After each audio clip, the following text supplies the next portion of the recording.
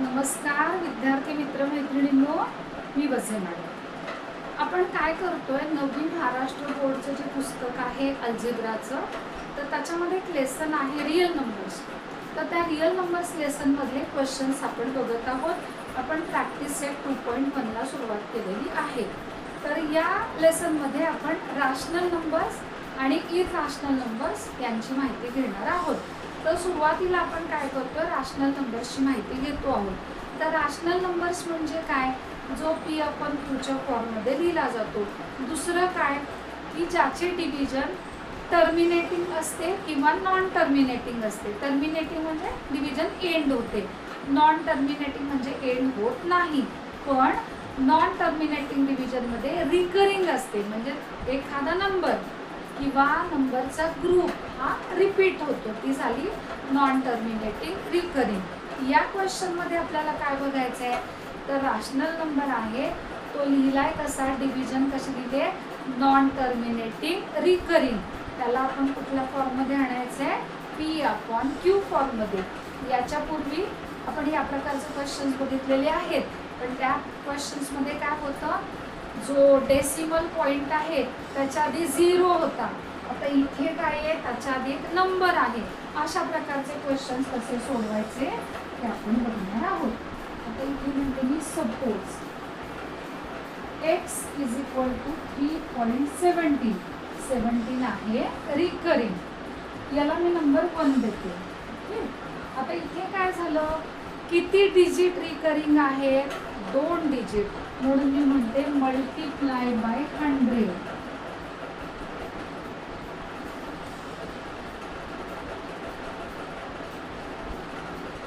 Bye 100. आता इथे तर 100x येईल. प्रॉब्लेम इथे येतो बघा. आता इथे काय करायचं, हे इकडे लिहूया आपण. हे 3.17 आहे ना, मग आपण 17 रिकरिंग आहे, तर 17 अजून एकदा घ्यायचा ग्रुप. आता हा नंबर कसा झाला बघा, 0 जर घेतले तर 31717 डिवायडेड बाय 1 2 3 4 0 340 इंटू मल्टिप्लाय कशाने करते मी, 100. 0 ला 0 झाले कट. आता हा नंबर काय आला, 31717 अपॉन 100, म्हणजे नंबर काय झाला, 317.17 झाला. आता इथे लिहिते मी 317.17 आणि याला नंबर देते 2. इथे आपण काय करूयात, इथे करूयात सबस्ट्रॅक्ट करूयात इक्वेशन 1 आणि इक्वेशन 2. 100 मधून x गेले, आले 99x.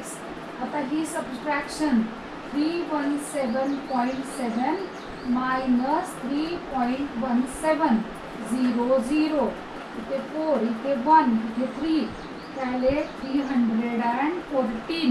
मग x ची व्हॅल्यू किती आली, 314 डिवायडेड बाय 99. तर हा जो नंबर आहे तो आपण कुठल्या फॉर्ममध्ये लिहिला, पी अपॉन क्यू फॉर्ममध्ये. आता समजा आपण हा क्वेश्चन घेतला, suppose x is equal to 15/89, number दिला 1. काय बघणार आहे मी, किती डिजिट्स रिपीट झालेले आहेत, 2 डिजिट रिपीट झालेले आहे, म्हणून आपण इथे म्हणूया multiply each term by 100.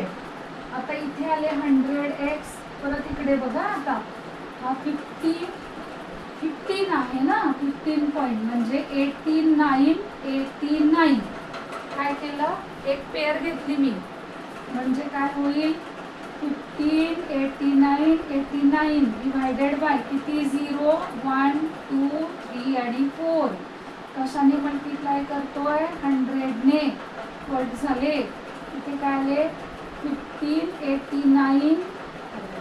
989 divided by 100.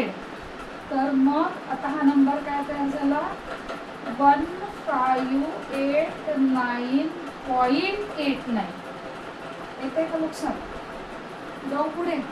आता काय करूया, या दोघांना करूया सबस्ट्रॅक्ट. Subtract 1 and 2. सबस्ट्रॅक्ट केलं हे आले 99x. आता ही सबस्ट्रॅक्शन बघा 1589.89 मायनस 15.89 आले 0 0. 9 मधून 5 गेले 4. 8 minus 1 आले 7. 5 आले 1574. तर x ची व्हॅल्यू किती आली 1574 डिवायडेड बाय 99. तर अशा प्रकारे नॉन टर्मिनेटिंग आणि रिकरिंग रॅशनल नंबर आपण P/2च्या फॉर्ममध्ये लिहू शकतो. आता आपण काय केलं तर रिकरिंग 2 डिजिट आहेत अशा प्रकारचे क्वेश्चन्स घेतले. पुढच्या लेक्चरला आपण 3 डिजिट्स रिकरिंग असताना क्वेश्चन कसा सोडवायचा ते बघणार आहोत. तोपर्यंत तुम्ही काय करा तुमच्या शाळेमध्ये अल्जेब्रा शिकवायला सुरुवात झाली असेल तर हा जो दुसरा लेसन आहे रिअल नंबर्स, तर त्या रिअल नंबरचा पहिला एक्सरसाइज सोडवण्यासाठी हे जे व्हिडिओज आहेत हे व्हिडिओ बघा. व्हिडिओला लाईक करा, कमेंट करा, व्हिडिओ शेअर करा आणि चॅनल सबस्क्राईब करायला विसरू नका. Thank you very much.